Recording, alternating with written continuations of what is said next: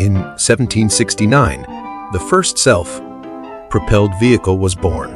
Meet Nicholas Joseph Cugnot and his revolutionary steam-powered three-wheeler. Fast forward to the 1830s, when inventors began experimenting with internal combustion engines.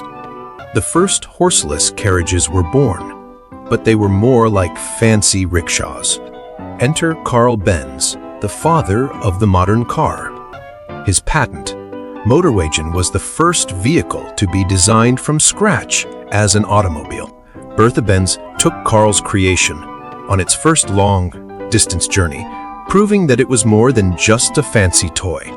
Around the same time, Gottlieb Daimler and Wilhelm Maybach created the first high-speed internal combustion engine.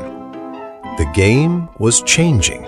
Henry Ford's assembly line revolutionized car production, making it possible for anyone to own a vehicle. The world was ready for speed. The first car shows and rallies drew massive crowds, eager to see these newfangled machines in action. But not everyone was convinced. Some folks thought cars were a fad and would never replace the trusty old horse. As the years went by, cars became more than just a novelty.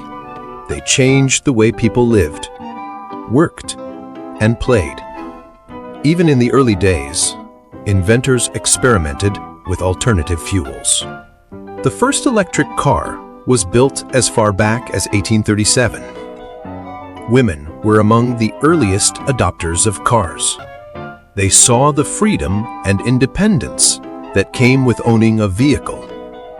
But with great power comes great responsibility. The first traffic jams formed as more people took to the roads. Roadside assistance was born out of necessity.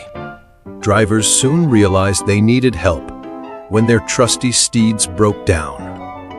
Car salesmen became a common sight on Main Street. They promised customers that their new cars would be the cat's pajamas. The Roaring Twenties saw some wild times on the road. People pushed their cars and themselves to new speeds. Even in the midst of all this excitement, innovators kept pushing forward. The first electric highways were built, promising a cleaner, greener future for drivers.